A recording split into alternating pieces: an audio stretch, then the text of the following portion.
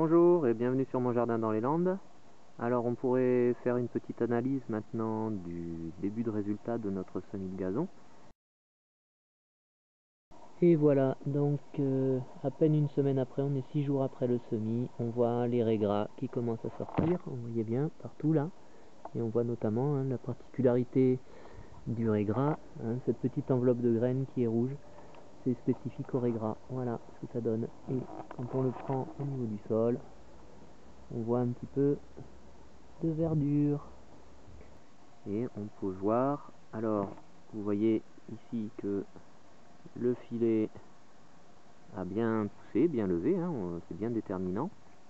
Alors bon, c'est peut-être pas encore fini la germination. Par contre, on se rend compte que ici le contre-filet n'a pas bien levé. Par contre, ce que je vous avais expliqué, où on met un peu plus d'épaisseur, un peu plus de densité.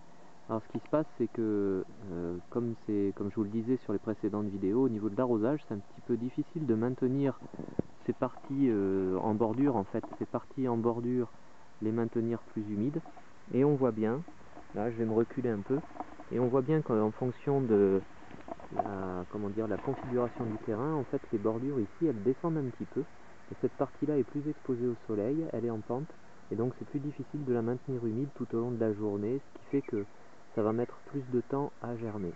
Mais sinon dans l'ensemble on voit quand même, vous voyez, si on prend un petit peu de recul, on voit quand même que notre gazon lève bien et de façon relativement homogène.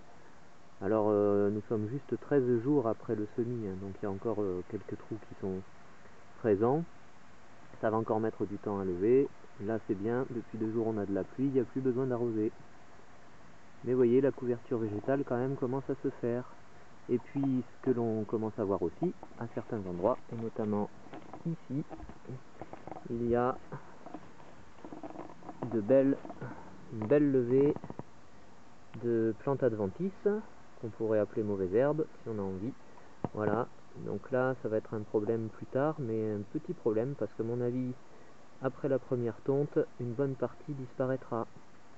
Et puis c'est pas gênant parce que en tout cas moi ça me dérange pas, parce que ce que je veux c'est avoir une base de graminées, mais si derrière j'ai quelques petites plantes à fleurs qui sont intéressantes, je les garderai. Il ne sera pas question de faire un désherbage, et encore moins chimique. Voilà, donc une vue d'ensemble de notre semis après 13 jours après le semis. Voilà, et on va encore patienter. Alors bien sûr pour l'instant il y a encore des creux, c'est pas vraiment dense partout, mais c'est pas gênant puisque toutes les graines ne sont pas encore germées. Et puis surtout ce qui va se passer, c'est qu'au fur et à mesure que l'on va tondre, en principe après les 2 premières tontes, voire les 3 premières tontes, le gazon va s'épaissir naturellement. Et puis vraiment, si on a des creux à certains endroits, ce que l'on pourra faire, c'est ce qu'on appelle un regarnissage. Et à l'occasion, je vous montrerai comment faire. Merci d'avoir regardé et écouté. À bientôt sur monjardindanslesllandes.eclablog.com. Au revoir.